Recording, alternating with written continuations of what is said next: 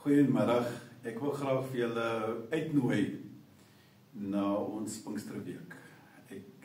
Kom ons begin by die eerste ding eerste, ons het ons eerste Pinksterdiens vanoggend gehad in die erediensruimte, maar ons wil graag vir julle uitnooi om ook maandag, dinsdag, woensdag en donderdag aande en volgende Sondag, wat ook deel vorm van die Pinksterweek te kom meeleef.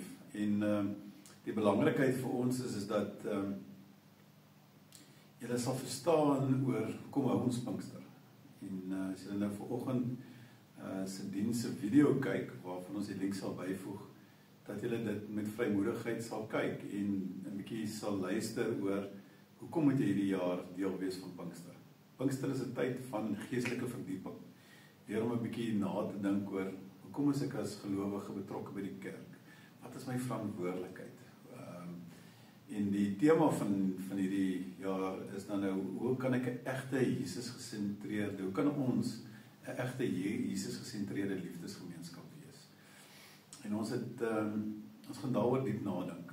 Jy is ook vanweë ons besef dat ons kom uit 'n wêreld uit, 'n wêreld wat totaal gesekulariseer is, waar ons baie maar fokus op ons eie belange. Ons eintlik God na die kant toe van ons lewe geskuif het.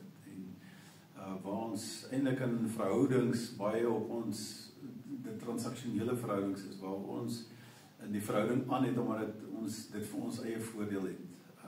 En ons skuif aan as dit nie meer vir ons voordeel het nie.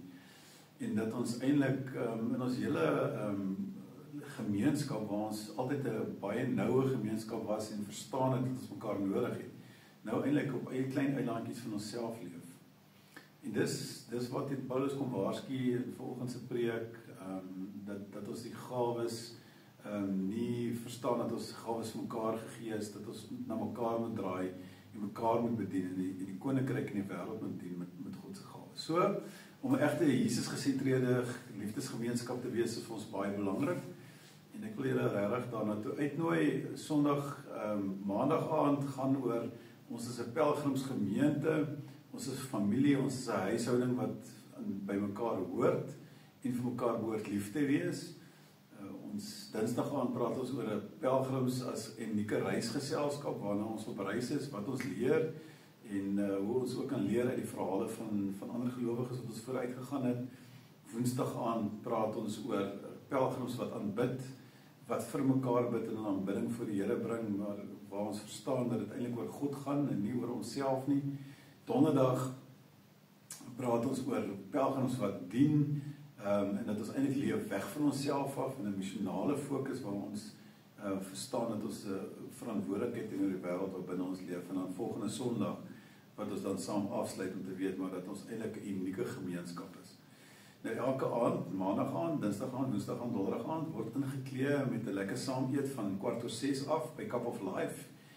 Ons is soos die ou gemeentes in die kerk van vroeër, die vroeë kerk, kom ons by mekaar om te deel wat ons het, saam te deel, saam te geniet, saam te eet en dan ook verder aan te skuif en saam die woord te geniet. In die voorportaal is 'n groot tafel waar ons sê, dis ons gawe tafel, so dit wat jy het wat lekker is, bring dit en kom pak dit op die tafel uit. Sodat mense wat dalk nie het wat ek het nie, kan kry wat ek graag sal kom weggee, omdat dit vir my lekker is. So in die voorportaal is 'n lekker tafel, so kom maak 'n draai by die lekker tafel, kom gesels saam, kuier saam om die tafel.